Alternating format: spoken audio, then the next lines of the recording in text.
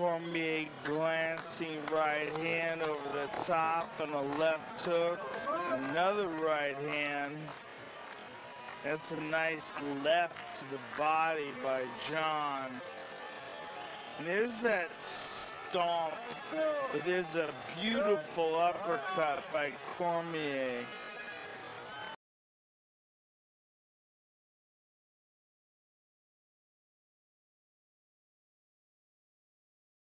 By Cormier. And there's that trip.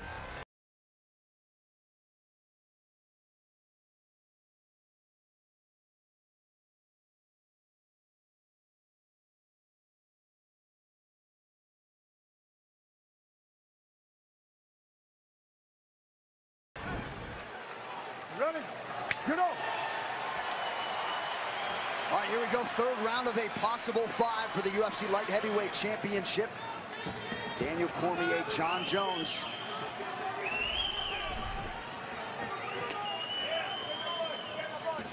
Now, if you're looking at the statistics and the numbers, and John is outlanding, you got to wonder, how does Cormier's corner feel about this? And what is their advice to Daniel?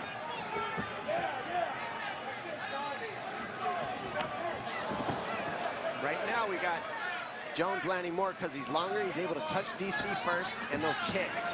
DC's not throwing as many kicks as Jones. Those kicks are adding up on the tolls for Jones on the numbers. It's also the volume of strikes that John's throwing. He's never stopping. Yep. Well, the kicks set up the punches set up the kicks. It all flows together. DC's got to pressure, walk through the damage in order to get to a clinch or hit more in the clinch, in the pocket. The range is always going to be an issue to get by. Nice, beautiful uppercut left hook. That's been his best combination anytime he commits to the pocket with Jones. Cool. Cormier continues to press forward here.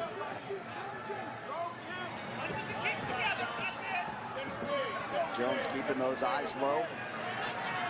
Cormier's taking a lot off of his strikes here, just looking for his range. Well, and you wonder how much he thinks about that first meeting, if at all, in terms of the cardio, specifically in that 4th round, one Cormier he had to sort of take off. Yeah, well. 9-2! Mike Winklejohn, Izzy Martinez, Brandon Gibson. Back in the kick, John. He's going to try to take us down. DC can't quite head him off. You see Jones get out there. DC wants to head him off, but Jones knows that. Gets off the fence wisely.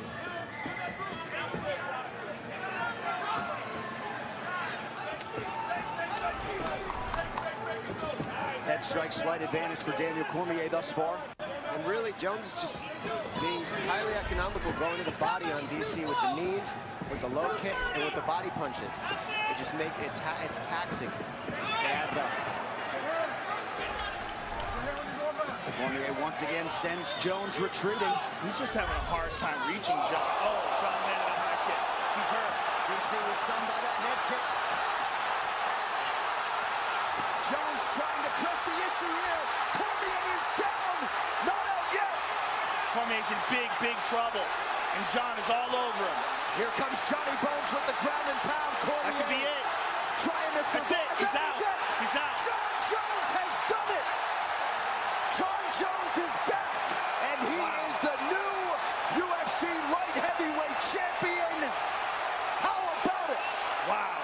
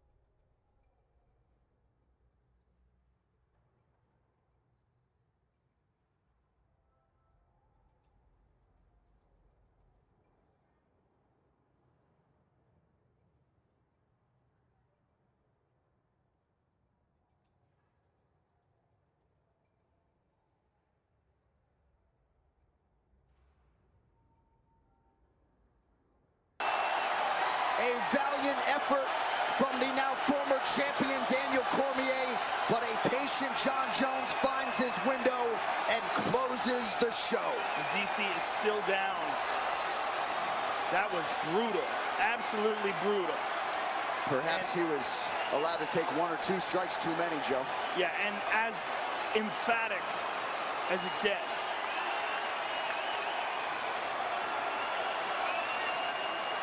This fight replay, as you see the celebration from the Jones family, is brought to you by Budweiser. This Bud's for you. And there's the head kick, which started it all off. Perfect placement. DC's in big trouble. Jon moves in and closes the show.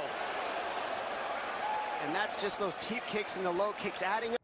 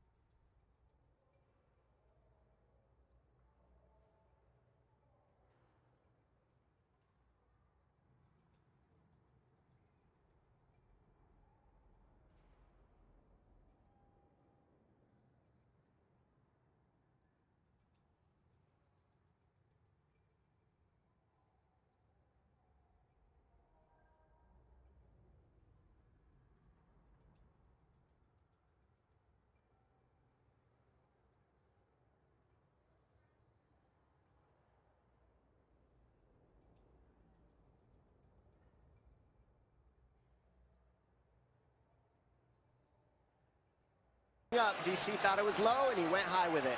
He tripped him there. John moves in for the kill. Kick to the body.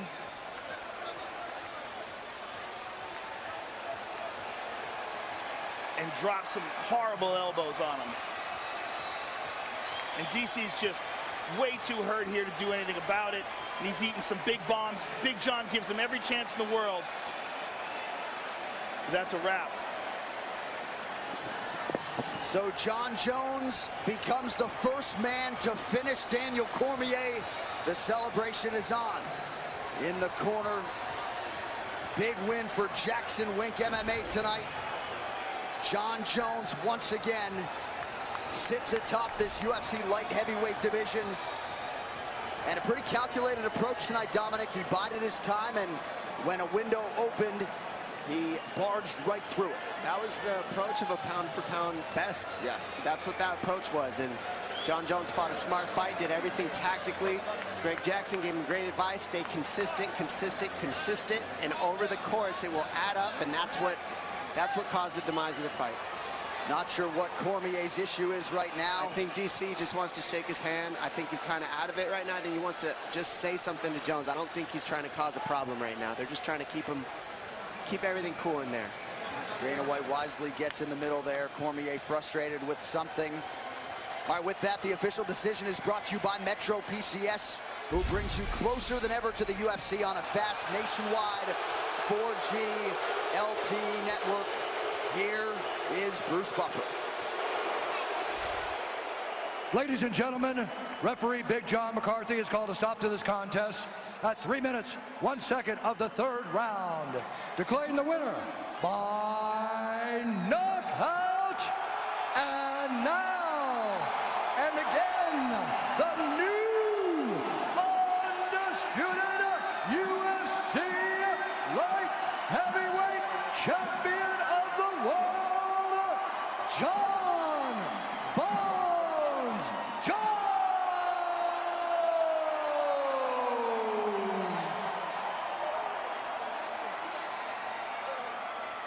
I'm here with the winner, Jon Jones. You made it back. I made it back, man. Man, such a beautiful moment. Man, I did a lot of right things to get back in this position. Man, I tell you what, man, anybody at home let yourself down, you let your family down, you let your peers down, your coworkers down, you let yourself down, it's never over. As long as you never quit, it's never over. I'm back here.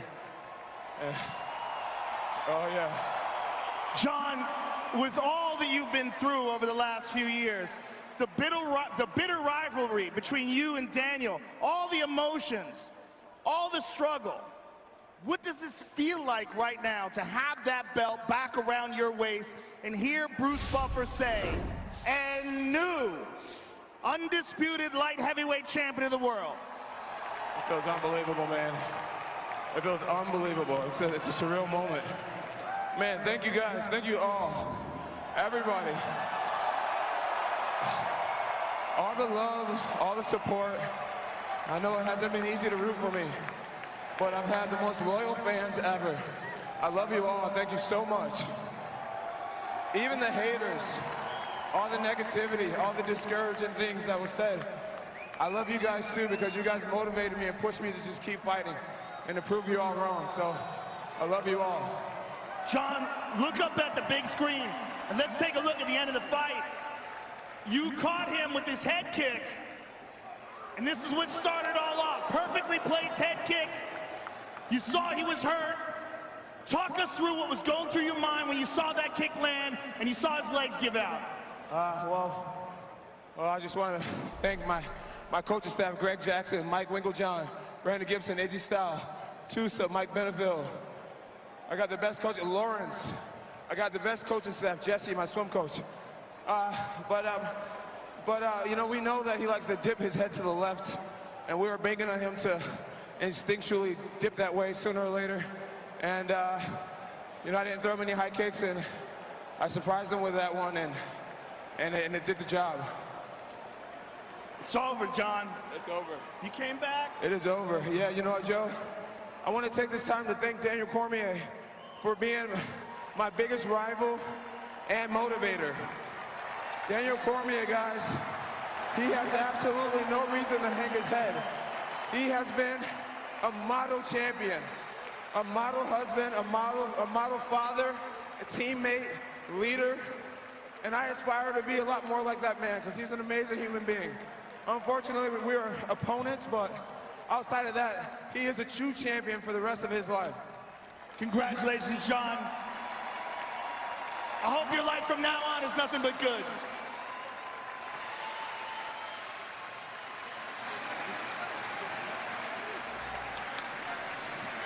There's something about rivalries that brings the great out of all of us, and to show that kind of respect and to be that respectful, Jon Jones, it shows the maturity of himself through the ups and downs of his career. And Daniel Cormier is not done either. Don't think, ladies and gentlemen, that just because he's hurt right now, he's done. He is not out of this. It's an incredible performance. I'm here with Daniel Cormier. Daniel, give us your thoughts right now. I don't know, man. I thought the fight was going well. I don't even know what happened. It's like I kicked in the head. Oh, man, I was so disappointed. You know, I don't think it's a good idea to interview fighters after they've been knocked out, but I really wanted to give you a chance to express yourself. I know this was an incredible moment for you. It was very emotional. What can you say at all about this and the rivalry between you and John? I don't know, man. I guess if you win both fights, there is no rivalry, so I don't know. Thank you for everything, Daniel. Daniel Cormier, ladies and gentlemen. Daniel Cormier humbled in defeat tonight. Jon Jones with a Brock Lesnar. If you want to know what it feels like to get your ass kicked by a guy who weighs 40 pounds less than you, meet me in the octagon. So the king has regained his throne. And Johnny Bones adding fuel to the Brock Lesnar fire there. That's the pound for pound, #1, back on top. Back in the game for all of us. Jon Jones has never really been beaten in mixed martial arts. He came in as a guy who many people believed was the greatest pound for pound fighter of all time. Did nothing to dispel that theory here tonight. Enemy eliminated. Enemy eliminated. All right, we did 16,610. Score. The gate was 2.5 million. Only through conflict. The bonus is fight of the night. One. Fight. For the Ortega fight was fight of the night. And the Vulcan and Jones did the performance of the night. They all won $50,000. Who's first? Bonus is fight of the night. For the Ortega fight was fight of the night. And the Vulcan and Jones did the performance of the night. They all won $50,000. Dana, Jon Jones is back. Had a pretty spectacular performance this evening. Can you just talk about what you thought watching that fight unfold? He looked incredible. To do what he did tonight with as much time off as he's had, and even in the, if you look at the OSP fight, he didn't look like a world beater in that fight. He looked like he had, you know, his timing wasn't there. He had a lot of ring rust. And he looked, tonight, in my opinion, he looked like he hasn't taken any time off, hadn't skipped a beat, and he went in against a very in-shape, motivated, mentally strong, because Cormier truly believed that the ring rust and all these other things were going to be there tonight, and they weren't. Great fight. Afterwards, I think we were kind of surprised to hear leading up to this fight that you hadn't talked to Jon Jones very much. I mean, with all the things that have happened. So I wonder afterwards, have you had a chance to speak with him, and has he kind of earned your confidence again, I guess? It's normal, you know. I was upset about 200 and, you know, many other things. And, you know, because I was upset, he was upset, or whatever the deal is, you know, it happens. And, you know, there was no need for either of us to talk anyway. Doesn't matter here. I've said it many times. Tito Ortiz fought here for a long time, and we weren't best friends, so it's all good. And afterwards, he had the surprise call out of Brock Lesnar in there with the mic drop moment. I guess, what did you think as that was unfolding? And Is this something you would entertain? I guess Lesnar just talked to the AP and said, be careful what you wish for, young man. So, listen, Lesnar would take 6 months for him to even go through USADA to fight, so it's fun to talk about, but the reality of it happening anytime soon, it's not a reality. I guess the opposite side of that scenario was Woodley's win tonight. Certainly didn't necessarily entertain the crowd quite as much. What did you think watching that fight? About watching what fight? The Woodley fight and beating Maya. What did you think about watching the Woodley fight? Listen, when you break a record for the least punches ever thrown in a 5-round fight, in a title fight, and you beat it by, it was like 130, and these guys threw 60 or something like that, I mean, I think that sums it up. And I guess we're seeing reports that you've been saying in some other interviews backstage that GSP, who you said was next in line for this winner, is no longer next in line. He's fighting Michael Bisping. Yep. Is that definitive? Yep. There you go. Do we have a date set for that? Because I know Michael Bisping will fight. Michael Bisping will show up and he will fight. So, yeah, I'm going to give it to him. Do we have a date set for that yet? No. Okay. And just last thing for me, not necessarily related to the card, but the things that were happening this week. Weight classes, new weight classes were recommended recently. I know this is a big night and you've got time to think about, but you've been opposed to that in the past. Would you be open to that moving forward? Maybe some new divisions in the UFC? Nope.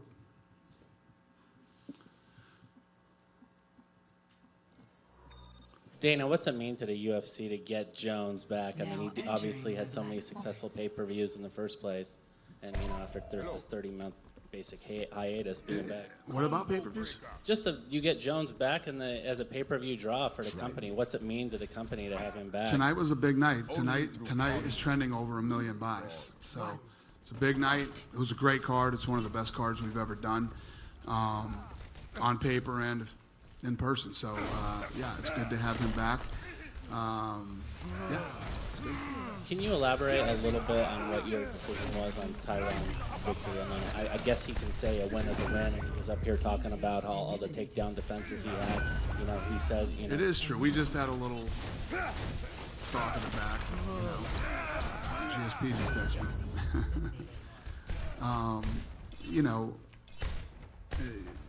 He said, I heard you were talking about my performance. I said, you broke a record tonight. I mean, that speaks for itself. He said, well, this guy had however many, 17 takedown attempts or something like that. He said, yeah, not one of them were close. You fought them all off. The guy had one eye in the first round. And you're faster, you're stronger, your hands are better, explosive, I believe Woodley could have finished that in the first round. If not, he definitely could have finished in the second round.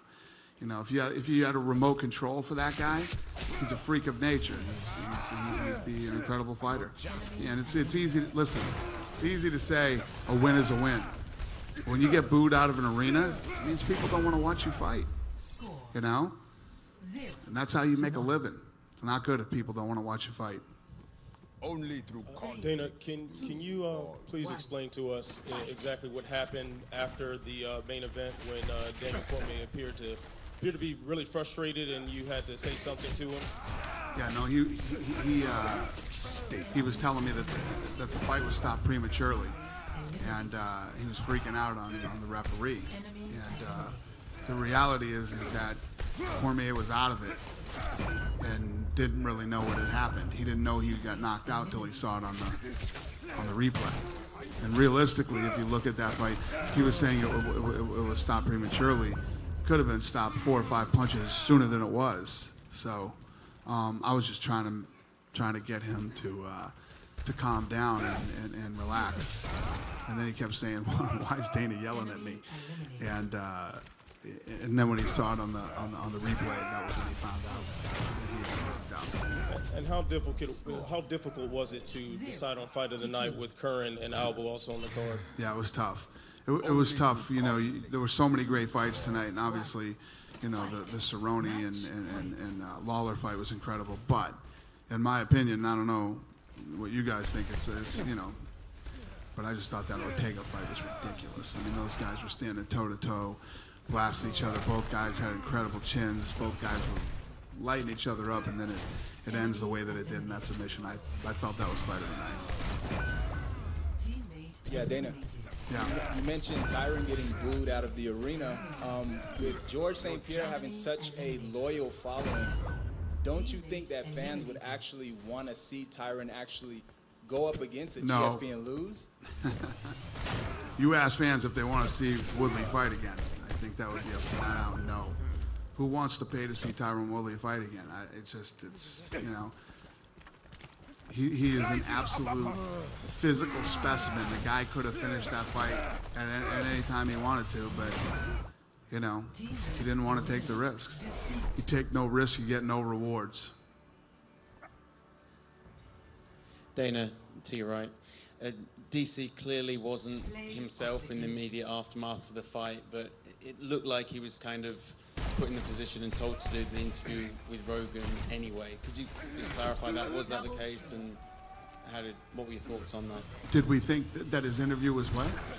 It looked like he was put in the position where he was told to do the interview with Rogan in the octagon afterwards. No, it was the exact opposite. That they told Rogan not to do an interview with him, and Rogan did it. He did it anyway? Yeah. Okay. Which, you know, you got to let the guy talk, you know. It'd be one thing if I don't know. Yeah, I think you got to let the guy talk. You mentioned a little bit about the stoppage as well. Did you think that it went on for a little bit too long? Well, it's the complete opposite of what he had thought, where I thought it could have been stopped 3 or 4 punches or 5 punches earlier. Down here in front, Dana. Where do you think Tyron goes from here then? Like, if he's not going to be fighting GSP next, do you think there's any contenders in that welterweight division? I don't know. I don't. You know, I don't make fights the night of the fight, but I don't know. But, you know, whoever's next. Maybe Lawler. Dana, what is next for Cyborg? I don't know. I was just talking to Holly Holm back there. What do you think, Holly? Fight. And it seems like she's interested. I like Holly versus Cyborg. I think it's a good fight. What did you think of her performance tonight? Think of Cyborg? Cyborg looked good. She was very composed. She didn't go out there crazy. She took her time, picked her shots, and, you know, thought she looked good. Dana, what did you make of Volkan Ozdemir's just ascent right here? Ascent in the UFC. It's been less than 5 months. He has these 3 straight wins, knocked out the guy who was going to be a replacement for this title fight if something happened in the main event. Do you see him as a guy who's ready for a title shot now, or when you look at that division, do you think an Alexander Gustafsson might be next? He's looked damn good. Damn good. I guess Alexander tweeted out for calling out retired fighters.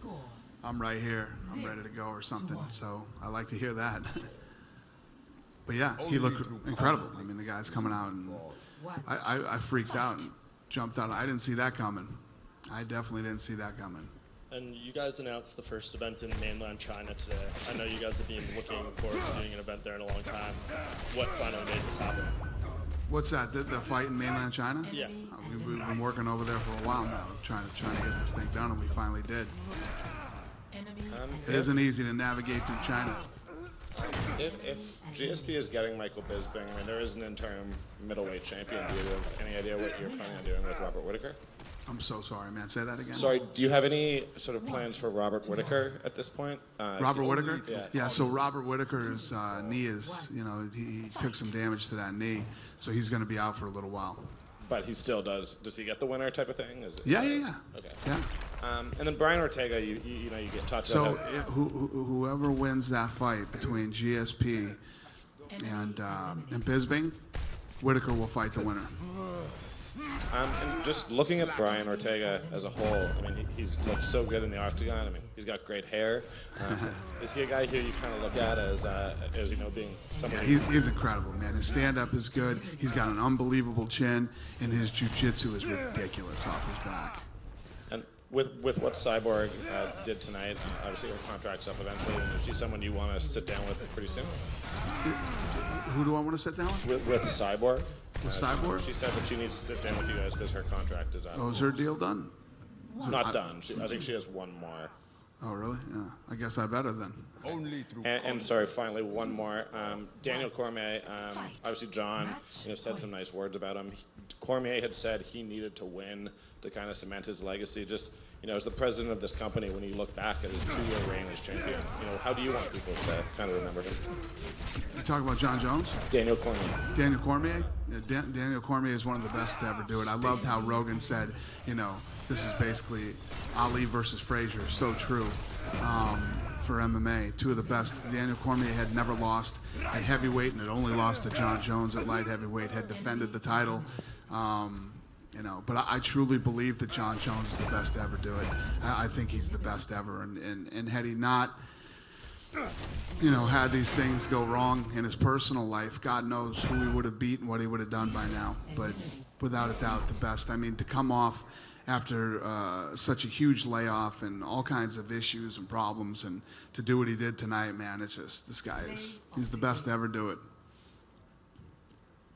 Dana, just wondering, with yesterday you saying that the Bisping GSP fight had sailed, and today obviously that being switched. That ship turned around and fucking sailed back. I was just wondering if you could clarify when exactly, with yesterday you saying that the Bisping GSP fight had sailed, and today obviously that being switched. That ship turned around and fucking sailed back.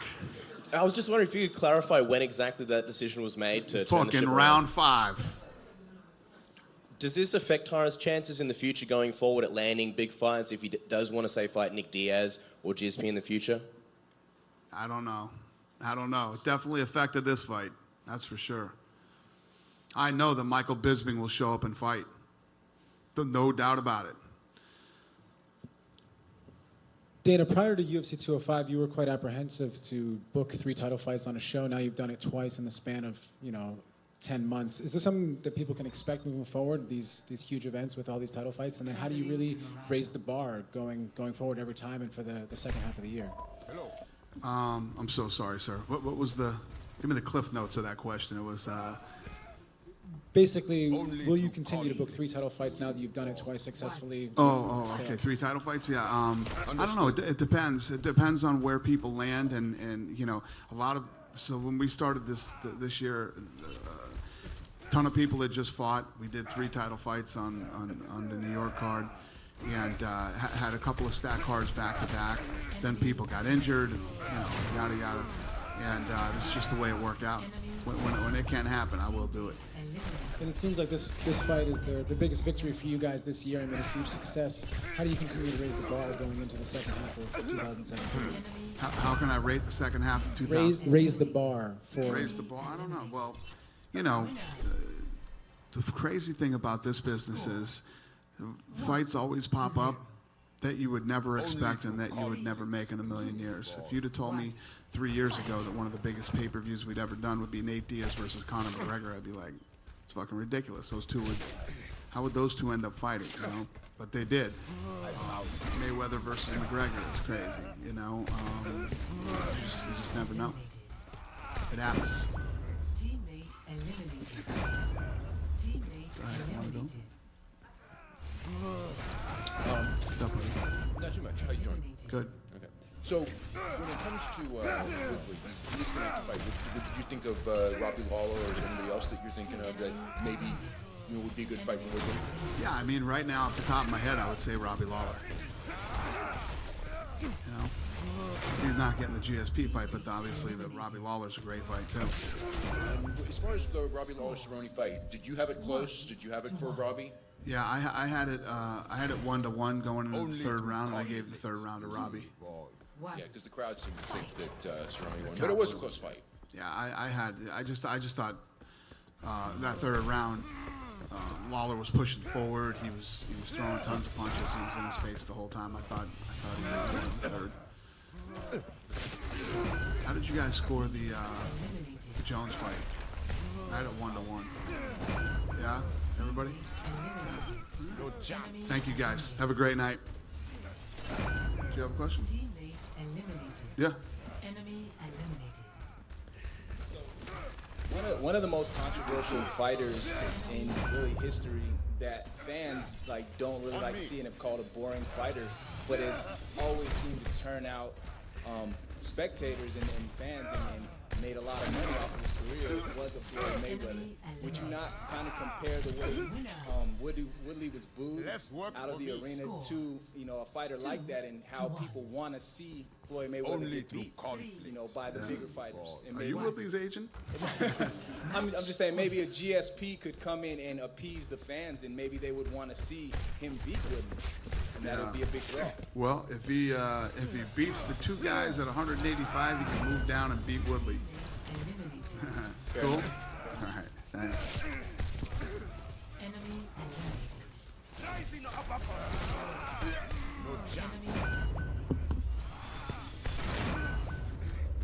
Enemy eliminated.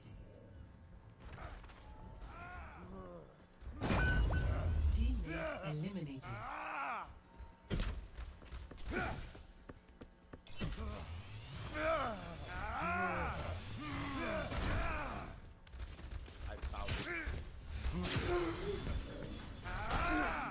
Enemy eliminated. Enemy eliminated.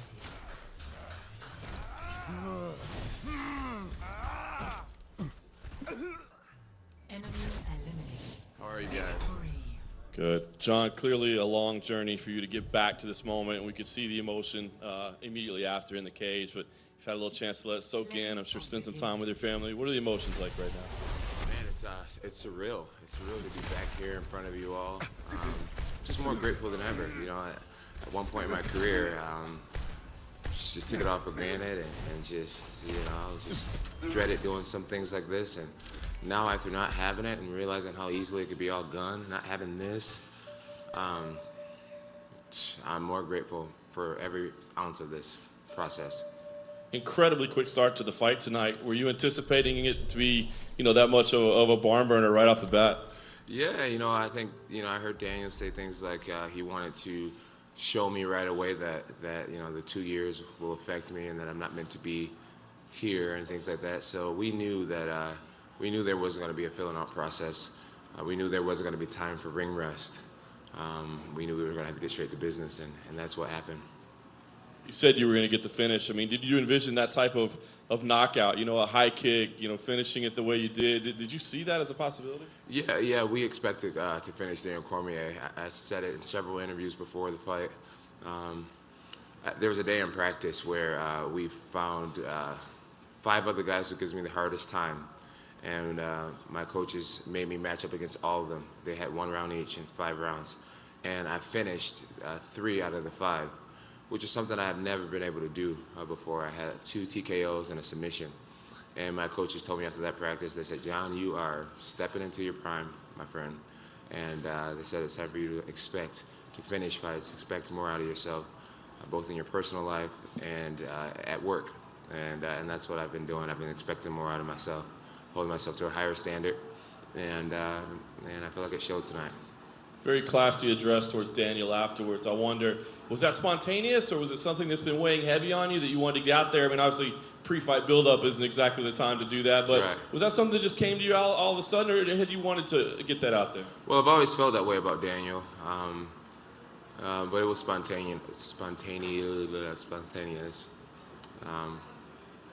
I've always felt like he's a pretty classy guy, guy to be respected. Stand-up champion, model champion, but unfortunately, I came into this game at a young age with big ideas, and despite how good of a person he is, there's no mercy in combat, and I have to do what I have to do. All right, it's either me or him, and so what happened.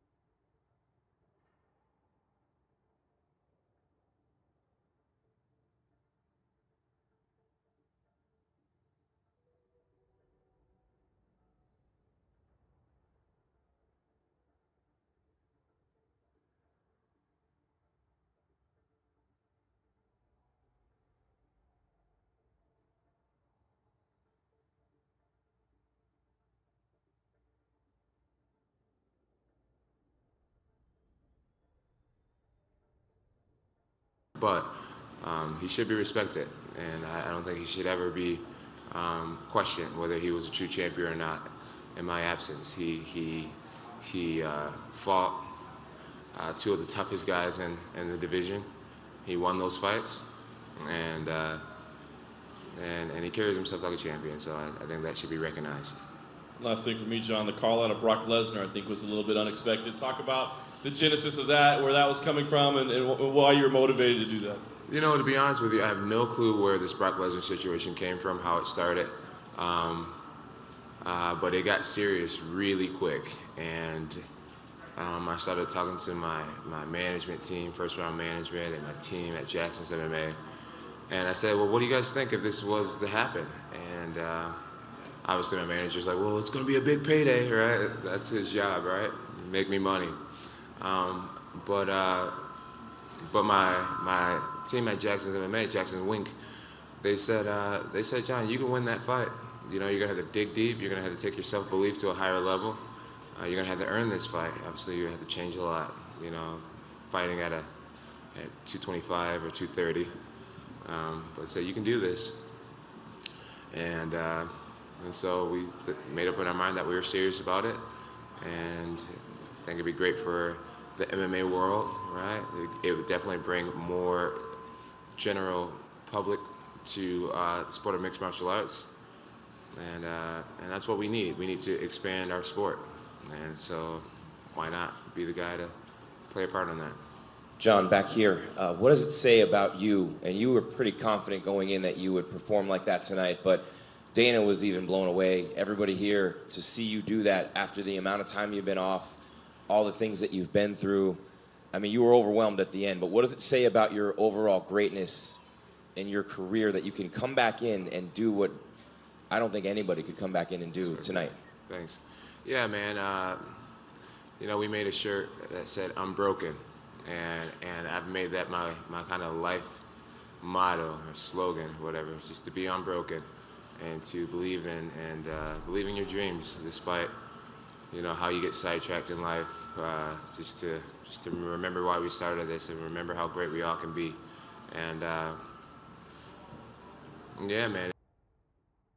Yeah, man. It just shows that, man, that you know that can't be broken, can't bend me, can't break me, and I feel that way right now. I feel stronger than ever, and I hope that this story motivates somebody else to get on their feet and kick some ass in life. That being said, as good as you were tonight, how much better can you be now that you, quote unquote, have your life together and outside of the cage is seeming to be aligned with inside of the cage and you hitting your prime all at the same time? How much better can you be even than you are now? As far as saying I have my life together, you know, life is a day-by-day thing, you know. You gotta just try to make good decisions in one situation, one day at a time. So, you know, my life is still a work in progress.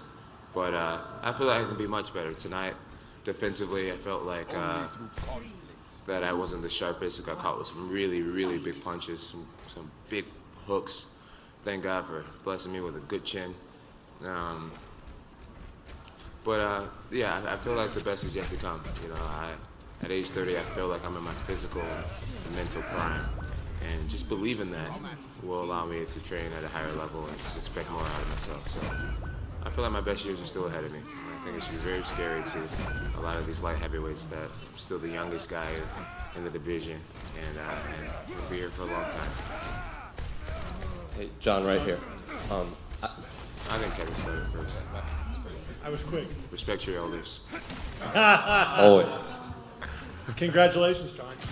Thanks. Can you compare this, put this in context with your win over Shogun Rua? When you set the record, you become the youngest champion, and that was such a dominant performance, and it's kind of like now, in a way, you come full circle. How do those two compare to you? You know, they were definitely very similar. In a way, it feels like this fight feels like my first championship ever, almost, because I feel like I have a new beginning. You know, I went through such a dark period, and so depression and all these things, and now the light is here at the end of the tunnel, and I feel like I'm leaving my past behind me. only through conflict. And I'm just, I'm erasing everything that I've done before. I feel like this is the start to a new career, a new championship, and I feel like I want to be a better champion than I was in the past. So I feel like a new champion. This is my time to start all over and to be a better champion and be the champion that the fans deserve. So that's how it feels. How much? I'm not sure that made sense, but it made sense to me. How, was your mom in your mind tonight? This is your first fight since you lost your mom? Was that? My mom has been in my mind for sure. Yeah. Glad that she got to watch the fight tonight. Park Row. She had the best seat in the house, and yeah, I know she'd be extremely proud right now. So yeah, I'm happy. And I just wanted to follow up on one other thing. Do you plan to, if Brock does take the fight, and he said, "Be careful what you wish for, young man." So I told Greg Beecham that. But if he does take the fight, would you think of campaigning as a heavyweight? And if he doesn't come back because of his suspension and everything else he has, a fight with you and Stipe would certainly, he's not that massive heavyweight that a Brock is. Would that be something people have talked to you about, fighting heavyweight a long time? Would you consider campaigning there? I feel like if I was to take a fight at heavyweight, it would be against a person who I feel, coaches have felt like it was just the perfect matchup for me. Right now, Steve is looking extremely impressive. And I believe when you get an extremely talented big guy versus an extremely talented little guy, a lot of the cards are in his favor. At the same time, I fear no man, but I strike for a reason when I strike. And I feel like Stipe is relatively unknown to the general public, so it wouldn't even be a real super fight, in my opinion. I think the MMA fans would be really excited about it, but the general public wouldn't care about that fight. Most people don't really know who he is, with all due respect to him. So if I'm going to sacrifice being the smaller guy, I think stylistically, Brock would be a fight that makes way more sense. And the payday would be tremendous, and what it would do for our sport would be tremendous. It would have much greater impact. So, for many reasons, a Brock Lesnar fight just makes more sense to me. From a timing standpoint, it may not be able to fight for a while. You may have to have a fight before that, possibly. What do you think of, say, Gustafsson or Ozdemir? And did you see the Ozdemir fight by any chance? I did watch Ozdemir fight tonight. I thought he did a great job. I'm not going to really make comments on anyone else. I don't want any headlines tomorrow to be about any other fighter. This is my moment, and when the time comes to get talked to about a possible opponent, then we'll let the headlines come out. But as of right now, I'll let them be about the great thing that happened tonight. Obviously, with you calling out Brock, that's a new challenge, and it's a bigger challenge. When you look longer term at your career, with what you've accomplished, do you think you can be satisfied staying light heavyweight and just taking on the next #1 contender who comes? Yeah, I feel like people always say to me, well, you're too long, or you're too big, and it's cheating that you are light heavyweight. But I can't control the way God built me. And one thing that I can't control is my weight management, and I do a very good job of that. I literally had ice cream this week, pancakes this week. I did things to keep my weight up. Tonight I fought at 215, which is light. So I feel like I have a lot more years at light heavyweight, and like I said, the only times that I will move to heavyweight is for a fight that really gets fans excited, or eventually challenging for that title against the perfect stylistic matchup for me. And even thinking about this, Brock, is this something that fight that, over the last 2 years, the sport has changed, and we've sort of seen, things that we didn't know were possible just in terms of the promotion. Has it been you sitting on the sideline and watching those challenges and watching those new developments and realizing that new things are possible? Absolutely. Like a guy like Conor McGregor, he has been a tremendous inspiration to me. He has shown me, who has been in the upper echelon of this sport for many years now, he's shown me that these these huge paydays are possible. I never thought in my time as a champion, as a fighter, that I would see fighters making, $70 million or $100 million or whatever he's making in this Mayweather fight. It's been an inspiration that you can do it. It's like the first guy to go to the moon, right? And then now everybody wants to go to the moon. It's like the first guy who ran a 5-minute mile, and now everyone see that it's possible. And that's what McGregor's done for me. So yeah, I mean, facing a guy like Brock Lesnar, getting the world excited about a MMA fight, and ultimately making some of those M's. I mean, that's what we're here for, right? So yeah, it's been great to be on the sidelines and just watch all the different ways of being a champion. And, I find inspiration in all these guys. Demetrius has been such an inspiration, and I mean, everyone. My sister Holly Holmes, she's been a great inspiration. Just showing how you should never give up, right? Always fight for it, despite what's happened. I drop power and motivation from so many people, and I'm grateful for all the different sources. John, it says you landed 95 significant strikes tonight, and it was pretty much all evenly divided between the head, the body, and the legs. Was that the game plan, to kind of work him from head to toe? Yeah, that was the game plan, to attack the body. Daniel said lots of times before that the body shots play dividends, and I knew that the age difference also would be a factor. So yeah, I just wanted to try to destroy his body and keep him guessing mainly, and ultimately win the long race. And you said on the conference call Monday that you think with everything that's happened, the fans have maybe forgot how great you are, that you're one of the biggest draws in the sport, all those kind of things. Dana White was out here earlier. He said this event's tracking to do more than 1 million buys. For you, do you think this fight? Yeah. More than 1 million buys? Yeah. Oh my God. This is great. So, what a way to come home. So do you think you exposed yourself to the greater audience, that everyone is going to realize, that you're back? Yeah, yeah. I felt like this was one of those fights that the world had to see. It was the biggest fight of the year, and I even heard rumors that Donald Trump was going to show up. Did any of you guys hear that? Yeah. Yeah. So I mean, to be a part of that, it's inspirational. It lets me know that my story is one that the world could look at and get something from. It lets me know that all the faith and all the hard work and consistency and pushing through, it's something that intrigues the world. I mean, there's never been a champion like me, a young champion. Well, there has been, actually. I would say my career is kind of comparable to Mike Tyson, a guy who had it all, a guy who made a lot of mistakes. And I think I'm like a modern situation, and I think people are interested to see how I'm going to handle it. And I think that's what's most intriguing, is to see how someone can come back from so much bullshit, right? So I'm glad to be out there. I'm glad to be out there. I'm glad to let my life be a testimony for others. And then finally, I actually asked you this question at the open workouts, but you misunderstood me. How is this second title reign going to be different than the first one? What's gonna change for this one going forward? Well, my effort. I think I'll make a conscious effort to just do better. I'm also a lot more aware of who I am and the responsibility that comes with being a champion, a UFC champion. And so I don't want to sit up here and make promises and say that I'm going to be a saint, because I'm a wild motherfucker at the end of the day. But I can try to do things better. I can make a conscious effort to try to make better decisions, and I think that's enough. I think me expecting more out of myself will ultimately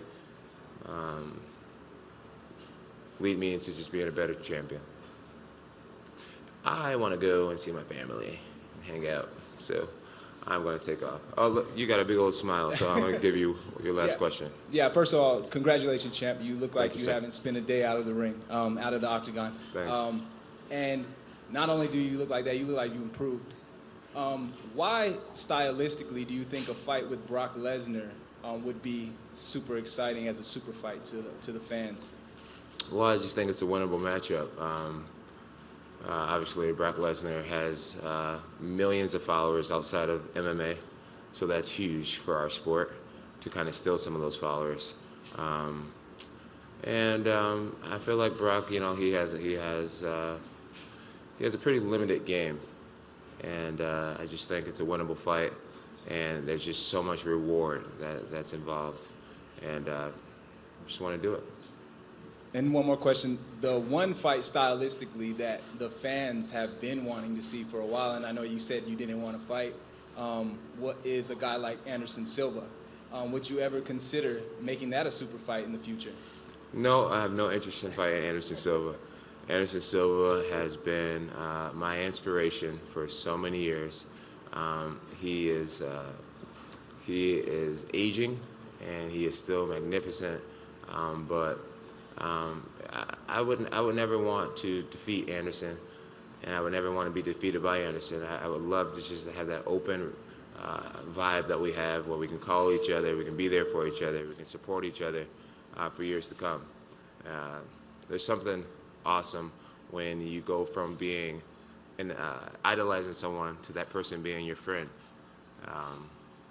and that's what I have in a guy like Anderson. So I want to keep it. Fair enough. God bless you guys.